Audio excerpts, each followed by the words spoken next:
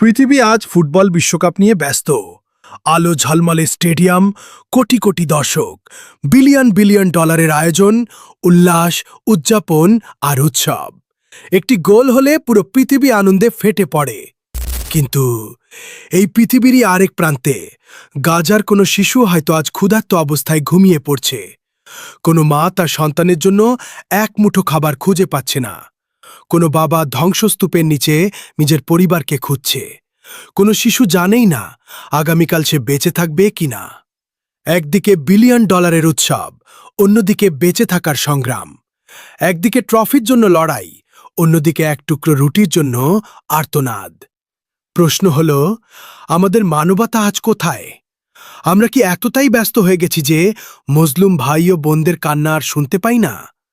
ইসলাম আমাদের শেখায় নিজের ভাইয়ের কষ্টকে নিজের কষ্ট মনে করতে।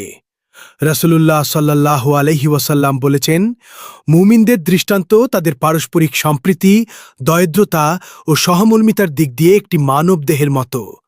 যখন তার একটি অঙ্গ অসুস্থ হয়, তখন তার সমগ্র দেহতাপ ও অনিদ্রা ডেকে আনে। সহিহ মুসলিম হাদিস নম্বর 6350। আজ যদি গাজার শিশুরা কাঁদে, তবে একজন মুমিনের হৃদয়ও কাঁদবে। আজ যদি ফিলিস্তিনের মায়েরা অসহায় হয়ে পড়ে, তবে একজন মুমিনের উচিত তাদের পাশে দাঁড়ানো, তাদের জন্য দোয়া করা।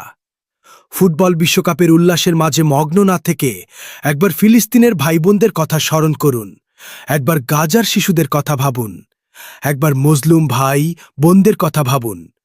কারণ একজন মুমিন শুধু নিজের আনন্দ নিয়েই বাঁচে না, সে তার উম্মাহর কষ্ট অনুভব করে। হে আল্লাহ, ফিলিস্তিনের মজলুম ভাইবোনদের সাহায্য করুন, তাদের ক্ষুধা, ভয় ও কষ্ট দূর করুন। তাদেরকে নিরাপত্তা, শান্তি ও সম্মান দান করুন। শহীদদের কবুল করুন, আহতদের শিফা দান করুন এবং জালিমদের হাত থেকে তাদের হেফাজত করুন। আমিন।